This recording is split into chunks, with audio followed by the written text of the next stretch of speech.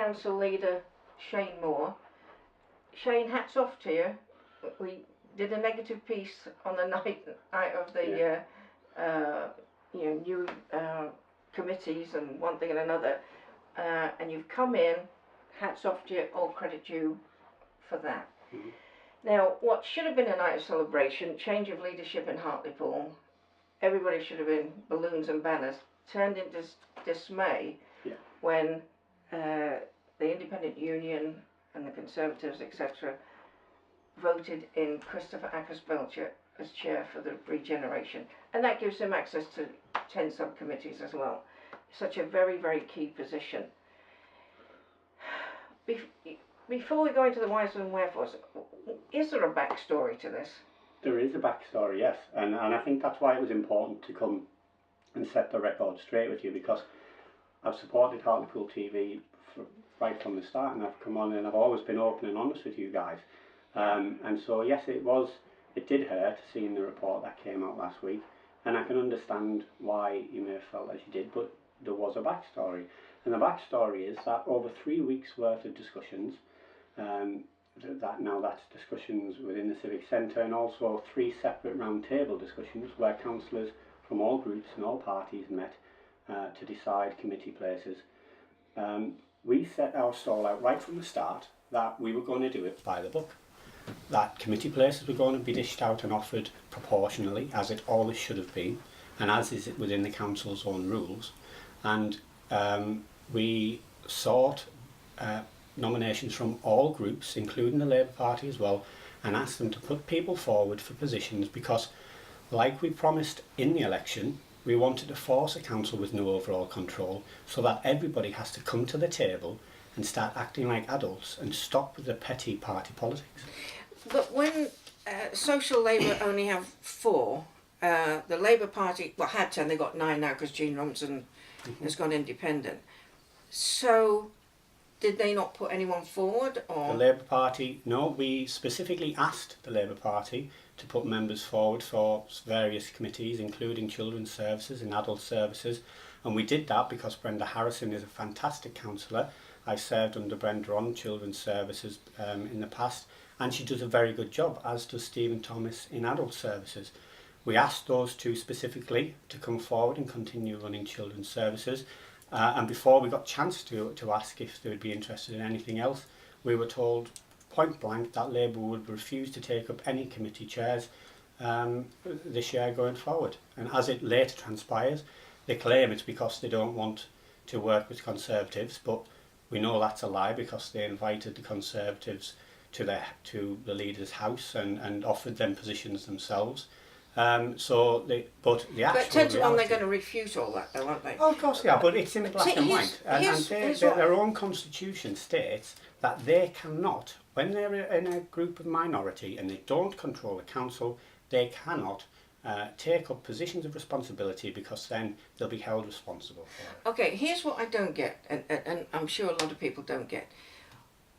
Were you surprised that James Black's name went forward on the night? Yeah, because in 3 weeks worth of discussions he never once mentioned that he was interested. So, would you not think, and James Black was putting Hartlepool first, he's now independent, would you not think, well, James Black is infinitely better than Christopher Ackers-Belcher for this such a key post?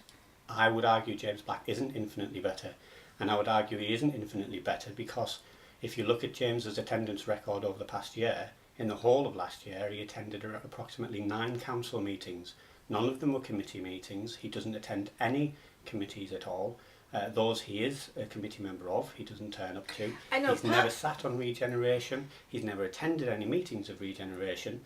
And as far as I'm concerned, if he hasn't turned up to committee places in the past, what made me think that he would turn up to such a vital key position as chairman, because an absent chair won't help anybody? No, but from what I understand, some of these committee meetings are at awkward times where if you work, then you can't get to some of these meetings. Mm-hmm. And I understand that's something that you might be looking into later in the future, about getting them so that everybody can attend, yeah. Whether you work or not. So I mean, you could put that down, but when the Acker Belchers and Marjorie James and Cranny and all the others, when there's been such heavy-handedness and disregard for the people of Hartlepool, when there's been this culture of contempt for the people of Hartlepool, all right, if you wanted to be fair to him, I mean, give him a pigeon counting committee, but not such a key committee. The problem is that we can't decide that. I couldn't, just like with Brenda Harrison, I couldn't say I want Brenda Harrison to be chair of Children's Services, and therefore if she wouldn't. And similarly, if Christopher hadn't put up for regeneration, we couldn't have given him something else. It was what they put up for. Because the way some of the independent union have been talking, that that there's certainly no love lost with Labour. But what I would argue with you is, Labour, like 6 months ago, Labour was Labour, and it was the Acker Belchers and James and Cranny and all the others. Now they've been taken out because even within their own party, they were deselected. There was, an attempt to, vote in a new leader within the Labour Party, and then they went all over to Socialist Labour. So, this is probably a poor choice of phrase, but Socialist Labour is the horrible Labour, and what we're left with people like Paddy Brown and Dave Hunter, who've actually had some personal risk trying to out them, would be the good Labour. Could you not see it like that? Yeah, but I don't necessarily agree that they're good Labour either.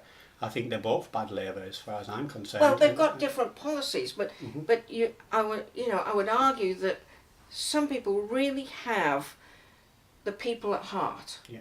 And that's why I hate parties so much. Just, are you for the people? If you're self-serving, get out the way. And that's why I would have been very happy to have Dave Hunter and Paddy Brown signing up to help us, because we specifically asked all parties to put party politics aside. We've got an awful year ahead of us. We're faced with a £6 million deficit, and we need everybody's best to come and sit at the top table and to help out. But unfortunately, New Labour, Old Labour, whatever they want to be, they've refused to do it. They've put party politics over the town, and they've refused to do it, and they're walking away like spoiled children. And I know, but they're going to argue the same thing with you guys, aren't they? In what way? Well, I mean, they're going to, it's going to be argy-bargy, which we don't want. But going forward, do you? I think it's hard if you can't see them as genuine, being genuinely for the people of Hartlepool. So can you not extend a hand to them in that regard? I've tried, and all I've had in return is personal attacks and really nasty bile thrown my way over the past 2 or 3 weeks. And they know that it's coming from their own members, they know it's coming from their own party members, and they're not bothered. And for me, Pam, politics is never personal for me. It never is. I genuinely love this town, and I want to see the best for this town, and that's why I wanted the best from all groups to come together and work together in the best interests of the town. Now, it would have been very, very easy for me to have frozen Socialist Labour out. Very easy, because that's exactly what the Acres Belchers, that's exactly what they did to us for all the years when we were in opposition. Yeah, I know. Why be fair now to them when they've reaped such havoc in the town? Because if we then took over and we did exactly the same as what they did, and we weren't the change we wanted to see, we'd be no better than the bastards that come before us. Sorry. We'll bleep that out, folks. But we wouldn't be. And so, as hard as it is, we had to make the difficult choice and do it right and do it by the book. I still can't see it. I mean, it's a little bit to me like, the King's new clothes, and you're saying, isn't this fantastic? We're all going, what? Yeah, I can appreciate that. But I tell you what, if the new, nicer Labour were really that interested in running the town and doing the right thing, why didn't they put up against Christopher Acres Belcher? Surely Paddy Brown wanted to be chair of regeneration. if he was that keen on it, why didn't he stand against him instead of supporting James Black, who we knew couldn't attend the meetings? I mean, from a personal standpoint, and you know, personally, I've supported you guys over the years. Yeah, I know. Canvassed many wards with you, but if you'd have said to me, look, the first thing we're going to do is put Christopher Ackers-Belcher in a position of any kind of significant committee, I wouldn't have walked a step for you. And I think that's what you're going to have to battle going forward. I appreciate so going that. forward, because at the end of the day, what's done is done, and we can't undo that now.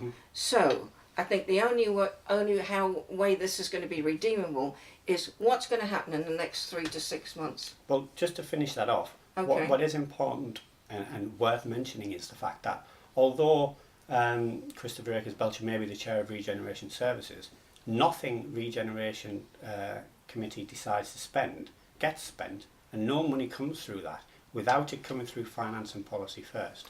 And it's Finance and Policy I head up, and is as a majority of independent councillors. I know.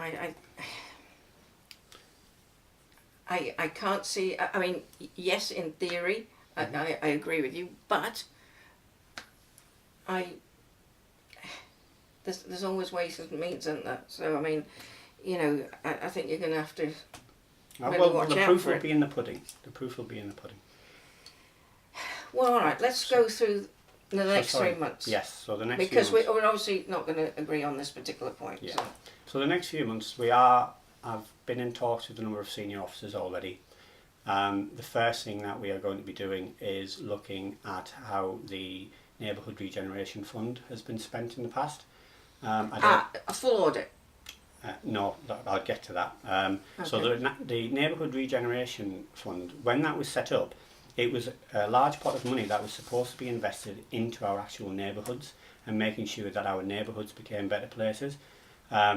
Decisions have been made in the past where large chunks of that money haven't been spent in the neighbourhoods but have been spent on replacing the paving outside of the biz on Whitby Street, for example, which doesn't particularly help any neighbourhoods. So we're going to be looking at that, and we do have a few projects that we're going to be bringing forward, but I'm going to keep those under wraps for the time being. What about the 2 million from Ben Hampton and the Tees Valley? Has that been spent already, or what's happened to it? So I've been doing a lot of digging in the past week. But it's been a manic week as well. Yeah. So the first 2 million has been earmarked for the public realm space on the waterfront, what was Jackson's Landing, and that's where you'll see the works have already started. Well, they've been on there for about a month. But why isn't it used for small project to help people in the town? Well, this is a question I asked today, and I saw the interview with Ben. Where Unequivocal. Yeah. But the opinion from officers is that that's still not entirely true, and that we have. What? But I can just tell you the answers that I've been given. I've been told that the fund itself is still being administered by the Combined Authority, and we can certainly apply for the money to be spent on various projects. Well, it's yours to spend as you want. But we don't have it, and this is the crux of the matter. We don't have the money. The Combined Authority still have the money. Yeah. So we can apply to spend it on whatever we want, but if what we want to spend it on doesn't match the set criteria and the due diligence checks set by the Combined Authority, they won't release the money. So I think the confusion at the moment seems to be between, yes, we can certainly apply to spend it on whatever we want, but whether they'll actually give us the money to spend it on whatever we want. Well, there's only one way to find out, isn't there? Well, yeah. But what about people like the fishermen? I mean, surely between PD Ports and Seymour, somebody's got a little plot of land for them somewhere. The council had plots of land, and they were offered numerous plots of land when this all kicked off a while back. But at the time, it was felt that, whether it be the cabin owners themselves or the spokesperson at the time, felt that none of them were suitable for them.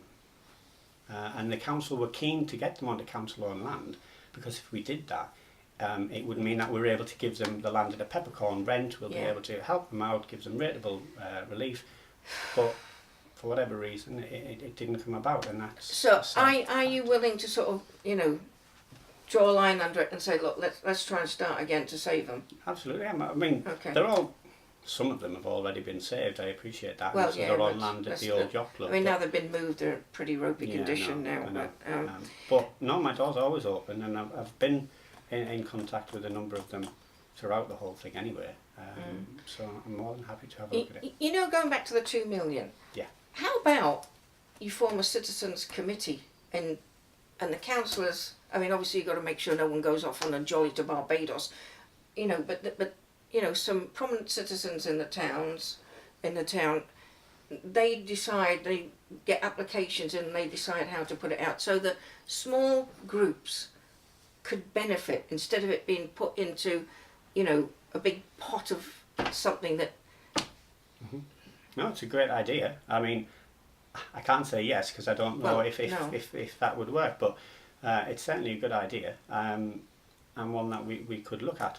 But the message that I keep getting told is that this money has to be spent on Indigenous growth and job creation. So it depends what the projects would be. Well, obviously you've got to iron that out with the Tees Valley. Yeah. I mean, that's number one. And if it does come back, so you can use it for anything you want, any small project, then that's a whole different ball game. Absolutely. If you find that answer out, will you let us know? Of course I will. Yeah. Okay. And the thing more than anything else, there's been this culture of,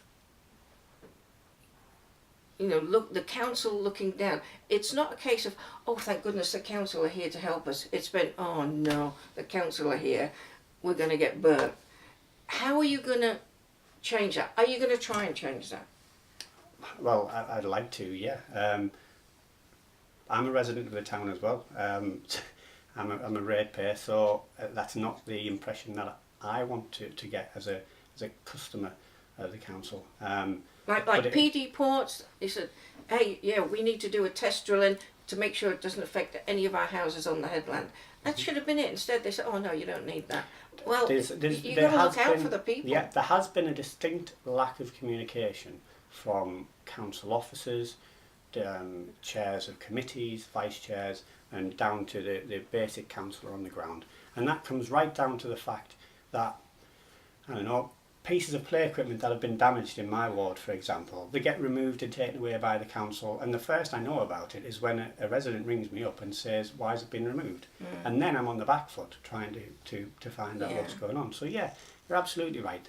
There does need to be a culture change, because, well, first of all, lines of communication need to be open, and they need to be giving information out to councillors and residents. Well, absolutely right, because things have happened in somebody's ward and the councillors are like the last people to hear about it. So that's got to change for sure. Oh, absolutely. It's just like the report we did on parking restrictions on Darlington Street. Yeah. That was all in place before we were even made aware of it. Yeah, exactly. So what else is in line for your next 3 to 6 months? What else can you help the people with, or is it too early really? Because I'm just finding my feet. It's been a manic week. I can imagine. Trying to find exactly what goes on, what's involved with the role.